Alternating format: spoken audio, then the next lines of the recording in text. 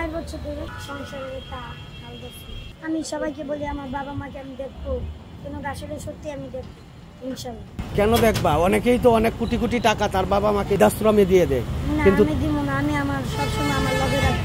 আমার শশা আছে, আম শশা, ঝাল মশলা অনেকক্ষণ হাঁটতে পারে। আসতে গেলে 2-3 ঘন্টা, সকাল 10টা থেকে রাত 12টা পর্যন্ত, 1টা পর্যন্ত, 11টা পর্যন্ত।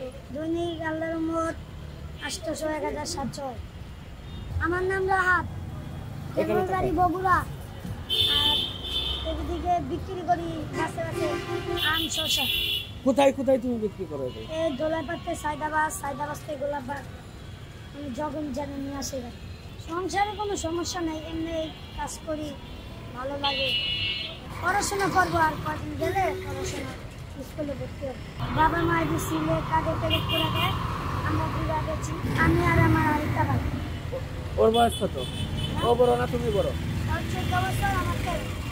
ওই ভাই গোলাপবাগে আছে, আমার একটা গাড়ি হবে নিয়ে এসে লাগিয়েছে গোলাপবাগ, লইলাম। আমার মন চাই ঘরে আমি শিক্ষিত হতে চাই, আল্লাহর কাছে বলতে চাই আমি সুস্থভাবে যেন চলতে পারি, বেচতে পারি, পড়ালেখা করতে পারি।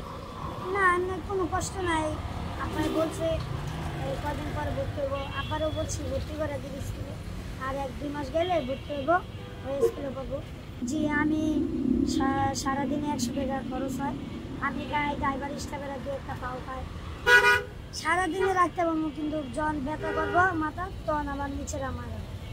যতবার গায়ে তুলি ততবার নিচে নামায়, আর যদি গায়ে না উঠি মাথায় রাখি। মতো জন্য সুস্থভাবে বাবা মাকে দেখে, বেঁচে খাওয়ায়, মাকে পড়ালেখা করে।